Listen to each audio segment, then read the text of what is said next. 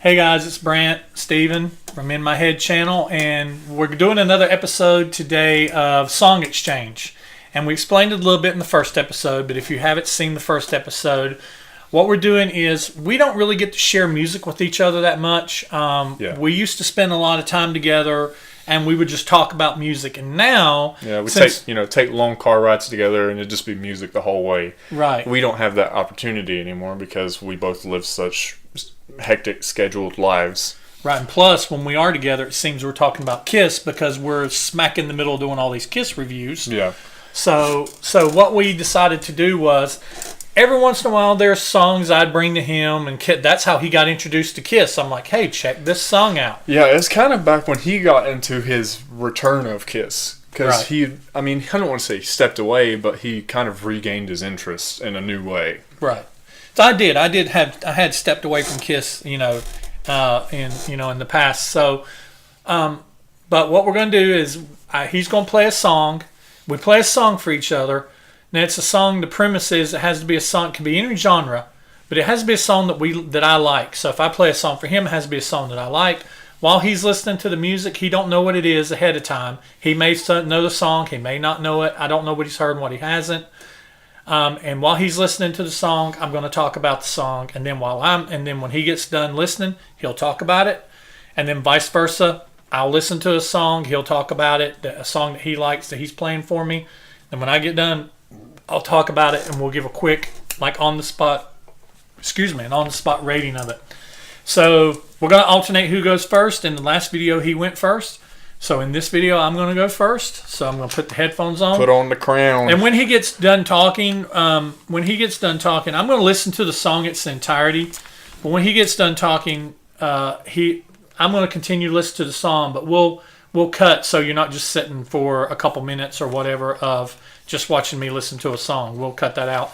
And we will put the links to these songs down in the description so you can be sure to check that out. All right? So here we go. Headphones on.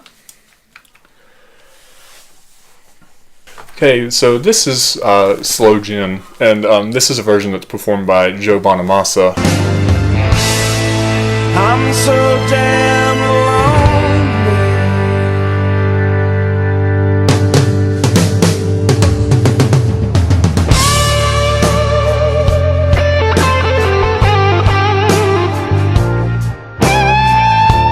It was originally performed by Ted Curry on his 1978 album Read My Lips.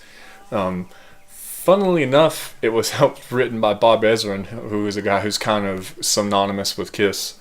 I really like this song. I don't think I've ever heard Curry's version of it, but I was introduced to this song by another buddy who we jam with, and he's like, do you like Joe Bonamassa? I'm like, yeah, I've listened to some of his stuff. And he's like, you need to listen to this song. And I listened to it, and this song just blew me away. It's nothing but the best blues guitar playing that you could expect from a world-class musician like Joe Bonamassa. I mean, he opened for B.B. King when he was 12, so that gives you, kind of a child prodigy. And he's really been doing it ever since. There's a part in the song where it kind of cuts to where a bunch of emergency vehicles kind of drive through. I want to see if maybe he perks his head up and looks around, because I was actually driving in my car, funny story, whenever I listened to this song the first time, and I heard the ambulances and fire trucks and stuff, and I looked around and I'm like, do I need to move over so I can let the emergency vehicles by? But sure enough, it was just a song. And it's so awesome because after those emergency vehicles, there's a little drum fill, and then it kicks back into the song, and that's another awesome solo. It's really awesome. Joe Bonamassa, although people say he's highly overrated, I think that he's highly underrated. There's not enough people that know about him, in my opinion. He's said some kind of controversial stuff lately about, pedal users and whatnot, even though he's probably a pedal user himself, I'm sure.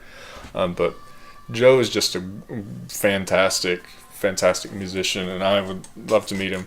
I had the chance to go and see him in South Carolina once, but I had previous obligations, and I had to deny the chance to go and see him in concert, which is a shame.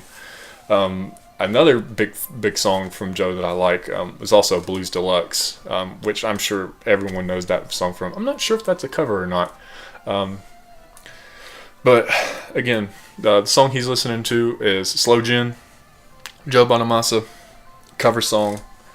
Do yourself a favor. It's about 8 minutes long, so I'm not going to be able to talk through this. But do yourself a favor, if you're a guitar player, go listen to this song, because this is a little bit outside of the realm of stuff. Well, I don't want to say that. I listen to a lot of blues music. I started listening to, I got into my foray of blues music with B.B. King and Eric Clapton, and started slowly moving, and I found out about Joe, who I really like. And recently I've been listening a whole lot to George Benson. And I forgot to mention, but this song is off of the self-titled Slow Gin album. It was released in 2007. If I'm not mistaken, 2007 or 2008. And I think it was the most popular song on the album, because this is one that he still performs live. But it's a great song. I'm going to let him finish and listen to it, and we'll see what he thinks after he's done.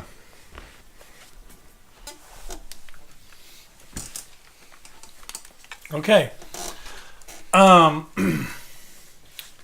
So now, what band is that? It's an artist, Uh-huh. Joe Bonamassa. Uh-huh. Do you recognize the song? No. Okay, so that song is Slow Gin, Uh-huh. which is actually a cover song Okay. from Tim or Ted Curry. Okay. It was written for his album in 1978 called "Read My Lips." Funnily enough, you know who wrote that song? Who wrote it? Bob Ezrin. Bob Ezrin wrote it? Mm-hmm. I like that song. One thing that I liked about it, the musicianship was good. The guitar was good. I like that the progression it took. I like when it brought in the symphony came in, and it just kind of built. Being in a band and having been in the middle of a room when a band is playing, or being in a recording studio when a band is rehearsing and recording, you know, if you close your eyes, you felt like you were sitting in the middle. The drums sounded the way live raw drums sound. The way they mixed it, it sounded like the music was around you. There's a couple times I closed my eyes because I could hear different guitars. I could hear a guitar over here. I could hear when they went down the drums. I could hear the drums moving from one direction to another. I appreciated it had words. I promised him I'd get him one with vocals this time. Yeah, the last one he didn't have any words in it. But I really liked that song. It was pushing towards an 8 with me, and I had actually began to score it an 8. And then they did the ambulance at the end and everything, and then it kind of came back in, and I liked the way that the drums came back in. And then they did the long solo, the outro solo, and it just brought it down a little bit too much for me. It felt like the song was ending. It felt like the song was getting drug out a little bit. If they It is a little long-winded. That is my. I didn't mention this, but that's my one critique of the song. It is a little long-winded. Right. I like when songs you think they're going to stop and then they come back in, but a lot of times, you know, if you're going to do that, you don't want to almost do like a whole other song, you know. Yeah. Because I noticed it did that, and it did it for, and they continued to play. I looked at the counter, and they continued to play for like another couple minutes. Yeah. It's like, so. It's like 3 minutes from that point. Yeah, it would have been good if they would have done that. I would have been happy if the song would have ended there, but I did like the way that they brought it back in. I just thought that it ran on a little long. I was appreciating what was going on, but I started up to that point, I wasn't thinking, man, it's time for this song to be over. Until it got about a minute after it started back up, and I'm like, man, it's time for this song to be over. Yeah. But other than that, I like it. I give it a 7. Awesome. I give that song a 7. Yeah. I really like that song, and I mentioned that's another song by Joe Bonamassa I really like. The other one I would have had you listen to was also about 7 minutes long, and I didn't want you to have to. That was my favorite of the two, and I mentioned what it was when I talked about it. All right. I will crown myself.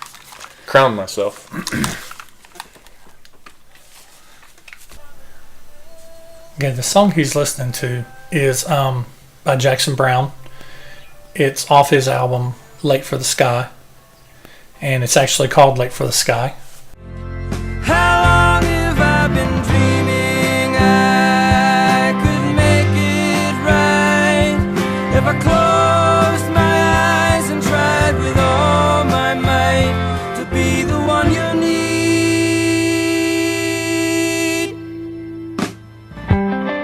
The thing about Jackson Browne that I admire so much is Jackson Browne is a true songwriter.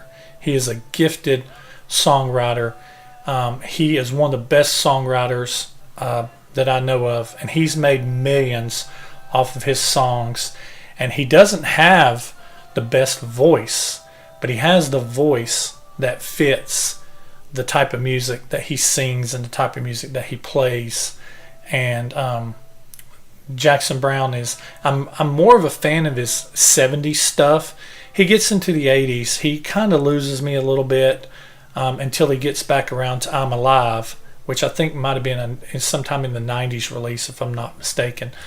But the song he's listening to is called Late for the Sky. If you've never heard it before, it's just a simple love song.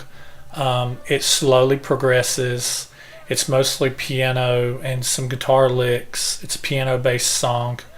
It does kind of build towards the end, and then it has a little break where he holds his note out, and then it goes into a little guitar solo, and he begins to sing again after that and builds towards the end of the song. Jackson is one of those artists, he can write 1,000 words. I've read in an interview that he actually has producers tell him to not write as many words and to tone it back a little bit, because he's a lyricist, he's a musician, he's a great piano player, he's a good rhythm guitarist. He's not a lead guitarist. His forte is his piano, and I just think Jackson is a great artist, and I really love Late for the Sky. It's one of my favorite Jackson Browne songs, probably in my top 10. And I don't know if Steven's ever heard it before, but I am curious to see how he likes this song, because it's a little bit outside of his wheelhouse for the type of music that he would usually listen to, but it does have some good guitar in it. It does have some good writing in it, and I know that he's a fan and a student of writing and good writing, quality writing. He's a fan of composure and arrangement, and he's a fan of good, guitar, rhythm guitar and lead guitar. And David Lindley plays the guitar in this. And what I really like is whenever they recorded it, they stuck the guitar, I think it's mostly in the left speaker and the left headset, so you hear it really good. But yeah, we're coming up on the end of it. But yeah, Jackson Browne, Late for the Sky. I give this song a 10. A 9. Well, there's Jackson Browne songs I like better, so let's say 9. I'm going to pull back on that and say 9. But this, to me, like I said, it's one of my favorite songs by Jackson, and I'll post a link to it down in the comments so you can listen to it for yourself. And if we got any Jackson fans out there, it'd be nice to know that you guys are out there. So coming to the end of it, and we'll hear what he thinks.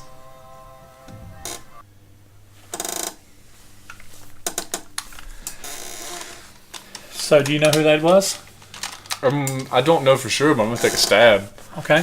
So Jackson Browne? That was Jackson Browne. Okay. I have no idea what the song is though. I've never heard it. Well, the song's called Late for the Sky, and the only time he says the lyric Late for the Sky is at the very end. He says, of the bed where we both lie, late for the sky. That's the only time he ever says late for the sky in the whole I like it when song. artists do that. Yeah. So that's off his Late for the Sky album, mid-70s. It's when Jackson was at his prime. So, what do you think? You know a professional guitarist when you hear one. He knows. Is he the guitarist? No, the guitarist is a guy by name David Lindley, and he plays a lot of Jackson's stuff in the 70s. And if you ever hear any Jackson songs, Jackson Browne songs that has a fiddle on it, he's also playing the fiddle. So he's one of those artists that can play A lot of stuff. Yeah, it's David Lindley is the guy. Well, I know a professional guitarist when I hear one, and that guy just knows when to play all the right stuff. He's not trying to be flashy. Everything that he plays with so much purpose, and it sounds great, and it sounds like he's using a Strat. I think he does play a Strat. Jackson played piano on that one. Jackson plays guitar on some of his songs, but on that one he played piano. But I believe he does play a Strat. It sounds a lot like that. Yeah. I was so caught up in listening to the nice music that I didn't even listen to the lyrics. I mean, I listened to the melody of the vocals, but I didn't even. So if there is a message in the vocals, it's a breakup song. Oh. It's basically like, you know, it's one of those songs that's coming to the realization that the relationship that you're in has run its course. Because there's one part he says, "How long have I been sleeping? How long have I been drifting alone through the night?" I mean, so it's. And that one note, I love that note where he holds that note. So he goes, what would I give to be the only one you ever need? And he holds that need. Yeah. That long, and then they That's and nice. goes in that little solo. That's nice. Yeah. So. Man, I really liked it, and I don't normally dig that kind of music, but I mean, when it's that good, which, I mean, you put any half decently mixed music in a pair of good headphones and I'm in. Yeah. But that was really good. I really enjoyed that. So I'm going to half. This will be the only time I ever half. I'm going 7.5 because right. I don't know if I want to go 8, but I don't want to go 7 either. Right. So I'm going 7.5. I actually initially said 10 because it's one of my favorite Jackson Browne songs. It's in the top 10. But then I started thinking, well, there's probably songs in the top 5 that are 10s. So I dropped it to a 9. But it is one of my top 10 favorite Jackson Browne songs. So we hope you enjoyed this sound exchange. We're going to wrap this episode We're going to wrap it up. We put links down in the comments for the songs. Let us know what you think about the songs, if you like them, if you don't like them, if you're fans or not fans. And we're going to go ahead and wrap this up. And we appreciate you watching, and we'll see you next time.